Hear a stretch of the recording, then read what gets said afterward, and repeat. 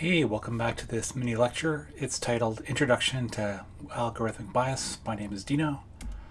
The definition for algorithm: it is a list of instructions that determine how programs collect, process, and output data. That's from Meisner.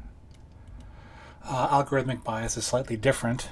Algorithmic bias is when an algorithm produces results that are systematically prejudiced due to erroneous assumptions in the machine learning process. So it's something that happens to the algorithm itself that makes it flawed.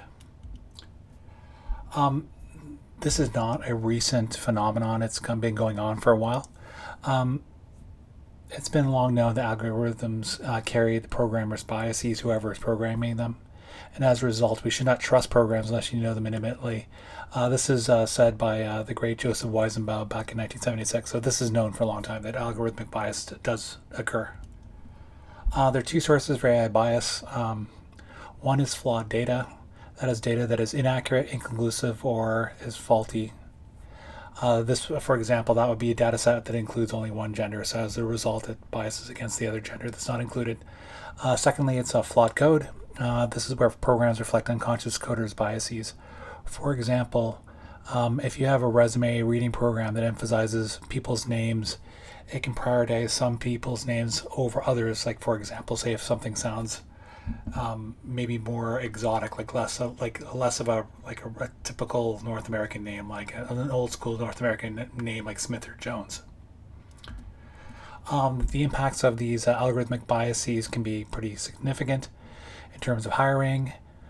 Some people have reported, some organizations, they've had a skewed male applicant pool. So there's more males that have been hired because the data set includes mostly males. So it looks for characteristics that reflect the current male populace of employees. Another one is in terms of sales. Often they can target poorer populations for usually kind of more not very good or positive reasons.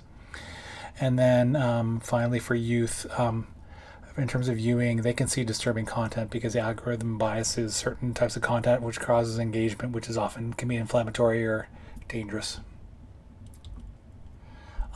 Solutions can take at least three different tacks. One is education. This would be for educators, lawyers, legislators, and the general public to be aware of algorithmic bias. Second is in terms of legislation.